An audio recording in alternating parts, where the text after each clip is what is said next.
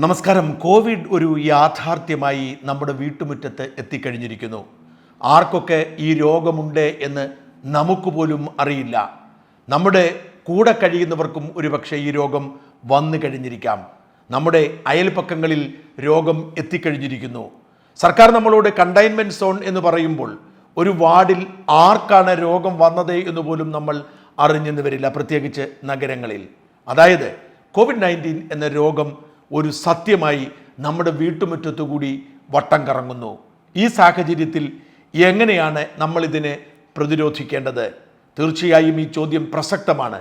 ഇതുമായി ബന്ധപ്പെട്ട ഒരു വാട്സാപ്പ് സന്ദേശം കഴിഞ്ഞ ദിവസം എനിക്ക് കിട്ടി. അത് ഞാൻ സത്യമാണോ എന്ന് ഔദ്യോഗികമായി അന്വേഷിച്ച് സ്ഥിരീകരിച്ചു. ആ സന്ദേശം പ്രേക്ഷകർക്ക് ഗുണം ചെയ്യുന്നതുകൊണ്ട് അതിലെ പോയിന്റുകൾ ഞാൻ എടുത്തു കാണിക്കുന്നു. പ്രേക്ഷകർ ശ്രദ്ധിക്കുക. രോഗം സ്ഥിരീകരിച്ച വ്യക്തിയുടെ വീട്ടിലുള്ള ആളാണ് നിങ്ങളെങ്കിൽ എന്താണ് ചെയ്യേണ്ടത്? സർക്കാർ അതിനെ പറയുന്നത് പ്രൈമറി കോണ്ടാക്ട് എന്നാണ്. അതായത് രോഗം സ്ഥിരീകരിച്ച ഒരു വ്യക്തിയുമായി നിങ്ങൾ നേരിട്ട് ഇടപെട്ടിട്ടുണ്ട്.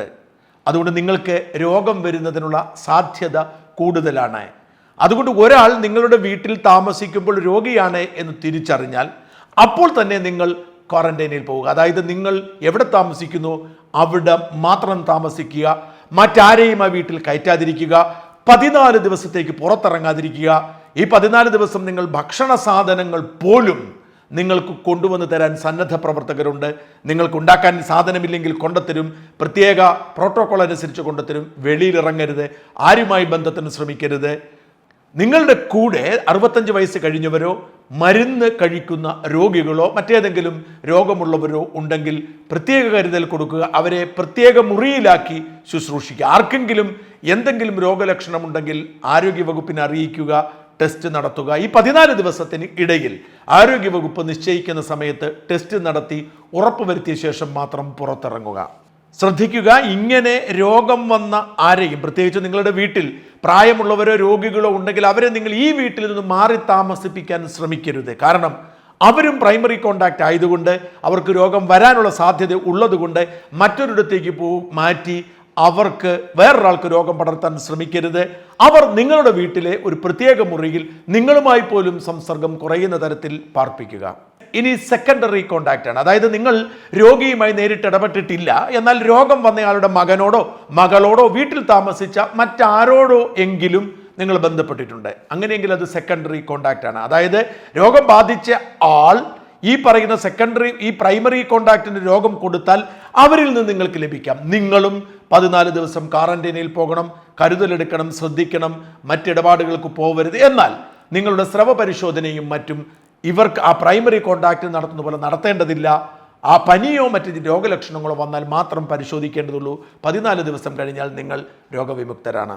അടുത്തത്, ഒരാൾ സെക്കൻഡറി കോണ്ടാക്റ്റ് ആണ്. അതായത് രോഗം വന്ന ആളുമായി ബന്ധപ്പെട്ടിട്ടുണ്ട്. അങ്ങനെയെങ്കിൽ അയാളുടെ ബന്ധുക്കൾ എന്ത് ചെയ്യണം? അയാളുടെ ബന്ധുക്കൾ തൽക്കാലം സുരക്ഷിതരാണ് എങ്കിൽ പോലും നേരിയ ഒരു സാധ്യതയുണ്ട്. സെക്കൻഡറി കോണ്ടാക്റ്റിന് നേരിയ ഒരു സാധ്യതയുണ്ട്. അതുകൊണ്ട് അവർക്ക് ക്വാറന്റൈൻ നിർബന്ധം അല്ലെങ്കിലും അവർ സാമൂഹിക അകലം പാലിക്കുക, മാസ്ക് ധരിക്കുക, ആവശ്യമില്ലാതെ പുറത്തിറങ്ങാതിരിക്കുക. രോഗം ബാധിച്ചയാളെ നിങ്ങൾക്കറിയാം, നിങ്ങളുടെ വീടിന് അടുത്തുള്ള ആളാണ്, അല്ലെങ്കിൽ നിങ്ങളുടെ വീടിന്റെ മുൻപിലൂടെ കടന്നു പോകുന്ന ആളാണ്, നിങ്ങൾക്ക് പരിചയമുള്ള ആളാണ്. പക്ഷെ നിങ്ങളുമായി കഴിഞ്ഞ ഒരു മാസമായി ഒരു കോണ്ടാക്റ്റും ഇല്ല, അടുത്തിടപെട്ടിട്ടില്ല. സെക്കൻഡറി കോണ്ടാക്റ്റുമായും അടുത്തിടപെട്ടിട്ടില്ല. നിങ്ങൾ ശ്രദ്ധിക്കണമോ? ചോദ്യം പ്രസക്തമാണ്. ഈ രോഗം ഏതാണ്ട് 2 മീറ്റർ അകലമുണ്ടെങ്കിൽ പടരുകയില്ല എന്നാണ് WHO പറയുന്നത്. അതായത് നിങ്ങളുടെ വീടിന്റെ മുറ്റത്ത് പോയതുകൊണ്ടോ നിങ്ങൾ ടെറസിലിരുന്ന് കണ്ടതുകൊണ്ടോ രോഗം പടരുകയില്ല. അതുകൊണ്ട് നിങ്ങൾ ശ്രദ്ധിക്കാൻ, നിങ്ങൾക്ക് പ്രശ്നമുണ്ടാവുകയില്ല. എങ്കിൽ പോലും നിങ്ങളുടെ വീടിനടുത്ത് രോഗം ഉള്ളതുകൊണ്ട് അകലം പാലിക്കുക, കൈ കഴുകുക, മാസ്ക് ധരിക്കുക, ആവശ്യമില്ലെങ്കിൽ പുറത്തിറങ്ങാതിരിക്കുക. രോഗലക്ഷണങ്ങൾ കാണിച്ചാൽ ടെസ്റ്റ് നടത്തുക. ഇനി പ്രധാനപ്പെട്ടതാണ്, ഞാൻ നടത്തുന്ന കടയിൽ ഒരു രോഗി വന്നിരിക്കുന്നത് വ്യക്തമാവുന്നു. അപ്പോൾ എന്ത് ചെയ്യണം? എനിക്ക് രോഗി ആരാണെന്നറിയില്ല, പക്ഷേ നിങ്ങളുടെ കടയിൽ രജിസ്റ്റർ ഉണ്ടാവും, നിർബന്ധമാണ്. അല്ലെങ്കിൽ നിങ്ങൾക്കറിയാം നിങ്ങളുടെ കടയിൽ വന്നിട്ടുണ്ടെന്ന് പോലീസ് പറയുന്നു. നിങ്ങൾ ക്വാറന്റൈൻ ചെയ്യണം, ശ്രദ്ധിക്കണം. പ്രത്യേകിച്ച് നിങ്ങൾ ബില്ല് കൊടുക്കുകയും കാശ് മേടിക്കുകയും ഒക്കെ ചെയ്തിട്ടുണ്ടെങ്കിൽ നിങ്ങൾ ശ്രദ്ധിക്കേണ്ടതുണ്ട്. മാത്രമല്ല, ആ കടയിൽ വന്നിട്ട് ആ സമയത്ത് ആ കടകളിൽ വന്ന് മറ്റുള്ളവരും ശ്രദ്ധിക്കണം. മറ്റുള്ളവരോട് അകലം പാലിക്കുക, ഇടപെടുക, രോഗം വരാതിരിക്കാൻ ശ്രദ്ധിക്കുക. രോഗി സഞ്ചരിച്ചിരുന്ന ഓട്ടോറിക്ഷയിൽ നിങ്ങൾ സഞ്ചരിച്ചിട്ടുണ്ട്, അല്ലെങ്കിൽ ടാക്സിയിൽ നിങ്ങൾ സഞ്ചരിച്ചിട്ടുണ്ട് എന്ന് കരുതുക. ഇവിടെയും പ്രൈമറി കോണ്ടാക്ട് എന്ന് പറയുന്നത് രോഗിയാണ്. ആ രോഗി സഞ്ചരിച്ച ഓട്ടോയിലോ വാഹനത്തിലുമാണ് നിങ്ങൾ യാത്ര ചെയ്തിരിക്കുന്നത്. നിങ്ങൾ സെക്കൻഡറി കോണ്ടാക്ട് ആണ്. സെക്കൻഡറി കോണ്ടാക്റ്റിനുള്ള സാമൂഹിക അകലവും 14 ദിവസത്തെ ക്വാറന്റൈനും നിങ്ങൾക്കും ബാധകമാണ്. എന്നാൽ സ്രവ പരിശോധന അടക്കം ഉള്ളവ അത്യാവശ്യ ഘട്ടത്തിൽ മാത്രം മതിയാവും. രോഗി കയറിയ ഓട്ടോയിൽ സഞ്ചരിച്ച ആളുടെ ഭാര്യയുമായി എനിക്ക് ഇടപാടുണ്ട്, അല്ലെങ്കിൽ അടുത്തിടപെട്ടിട്ടുണ്ട്, എന്ത് ചെയ്യും? ഇവിടെയും ശ്രദ്ധിക്കേണ്ടത്, രോഗി സഞ്ചരിച്ച ഓട്ടോ ഓടിച്ച ആൾ പ്രൈമറി കോണ്ടാക്ട് ആണ്. പക്ഷേ ഈ ഭാര്യ സെക്കൻഡറി കോണ്ടാക്ട് ആണ്. നിങ്ങൾ സെക്കൻഡറി കോണ്ടാക്റ്റിൻ്റെയും താഴെയാണ്. അതുകൊണ്ട് നിങ്ങൾ കരുതലെടുത്താൽ മതിയാവും, മറ്റാവശ്യങ്ങൾ ഉണ്ടാവുകയില്ല. ഒരാൾക്ക് രോഗമുണ്ട് എന്ന് പറയുന്നു, അയാളുടെ റൂട്ട് മാപ്പിൽ അയാൾ ഒരു പ്രത്യേക കടയിൽ പോയിട്ടുണ്ട് എന്ന് പറയുന്നു. ആ കടയിൽ ഞാനും പോയിട്ടുണ്ട്, ഞാൻ എന്ത് ചെയ്യണം? ഈ ചോദ്യം പ്രസക്തമാണ്, നമ്മളെ ഭയപ്പെടുത്തുന്നതാണ്. ഓർക്കുക, ആ രോഗി പോയ സമയത്ത്, ആ രോഗിയോട് നിങ്ങൾ അടുത്ത് ഇടപഴകുന്ന സമയത്ത് അവിടെ പോയിട്ടില്ലെങ്കിൽ നിങ്ങൾ ഭയപ്പെടേണ്ടതില്ല. പ്രത്യേകിച്ച് കൈ കഴുകുകയും മാസ്ക് ധരിക്കുകയും ഒക്കെ ചെയ്തിട്ടുണ്ടെങ്കിൽ ഓർക്കുക, ഇവിടെയാണ് പ്രസക്തി. ഏത് കടയിൽ പോയാലും മാസ്ക് ധരിക്കുക, കൈ കഴുകുക, സാനിറ്റൈസേഷൻ ഉപയോഗിക്കുക, ഒപ്പം സാമൂഹ്യ അകലം പാലിക്കുക. പക്ഷെ നിങ്ങൾ ഭയപ്പെടേണ്ടതില്ല, ക്വാറന്റൈനിൽ പോവേണ്ടതില്ല. അതേസമയം ഈ രോഗി നിങ്ങളുടെ നിന്നാണ് കാശ് കൊടുത്തത്, സാധനം വാങ്ങിയത് എങ്കിൽ നിങ്ങൾ പ്രൈമറി കോണ്ടാക്ട് പോലും ആയിരിക്കുന്നു, കരുതലെടുക്കേണ്ടതുണ്ട്.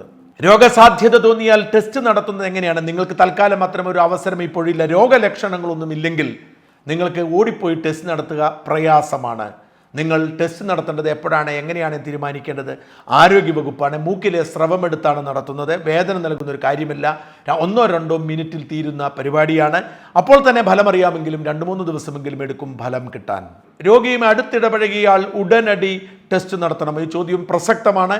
അത്ര ധൃതി വെക്കേണ്ട കാര്യമൊന്നുമില്ല. വൈകുന്നതാണ് രോഗലക്ഷണം ഉണ്ടോ എന്നറിയാൻ നല്ലത്. പക്ഷേ കാരണം ആദ്യ ദിവസം തന്നെ എടുത്താൽ രോഗലക്ഷണം നിങ്ങൾക്ക് അറിയാൻ പറ്റിയെന്ന് വരില്ല, പിന്നീടായിരിക്കും രോഗം വരാൻ പോകുന്നത്. അതുകൊണ്ട് 4-5 ദിവസം കഴിഞ്ഞാൽ കുഴപ്പമൊന്നുമില്ല. പ്രൈമറി കോണ്ടാക്റ്റ് ആയിരുന്നു, ടെസ്റ്റ് നടത്തി, നെഗറ്റീവാണ്, നിങ്ങളുടെ ഉത്തരവാദിത്വം കഴിഞ്ഞില്ല. കാരണം ആ ദിവസങ്ങളിൽ ആ ഫലം നെഗറ്റീവ് ആയതുകൊണ്ട് നിങ്ങൾക്ക് രോഗം പിന്നീട് ഉണ്ടാവാതിരിക്കണമെന്നില്ല. അതുകൊണ്ട് നിങ്ങൾ പ്രൈമറി കോണ്ടാക്റ്റ് ആണെങ്കിൽ നിങ്ങൾക്ക് നെഗറ്റീവ് ആണെങ്കിലും 14 ദിവസം ക്വാറന്റൈനിൽ തുടരണം, സൂക്ഷിക്കണം, പിന്നെയും വരാൻ സാധ്യതയുണ്ട്. ഇത്രയും കാര്യങ്ങൾ ഈ സാഹചര്യത്തിൽ നല്ലതാണ്. പ്രിയപ്പെട്ടവരെ, കഴിയുമെങ്കിൽ വീട്ടിലിരിക്കുക, വെളിയിലിറങ്ങാതിരിക്കുക, ഇറങ്ങിയാൽ പൊതുവാഹനം ഉപയോഗിക്കാതിരിക്കുക, കാറോ അടഞ്ഞ മറ്റു വാഹനങ്ങളോ ഉപയോഗിക്കുക, പരിചയമില്ലാത്തവരോട് ഇടപെടാതിരിക്കുക, ഇടപെട്ടാൽ 2 മീറ്ററെങ്കിലും അകലം പാലിക്കുക, കൈ കഴുകുക, മുഖം കഴുകുക, സോപ്പിട്ട് കൈ കഴുകുക. ഇതൊക്കെ മാത്രം വഴി മാസ്ക് മറക്കാതെ ധരിക്കുക.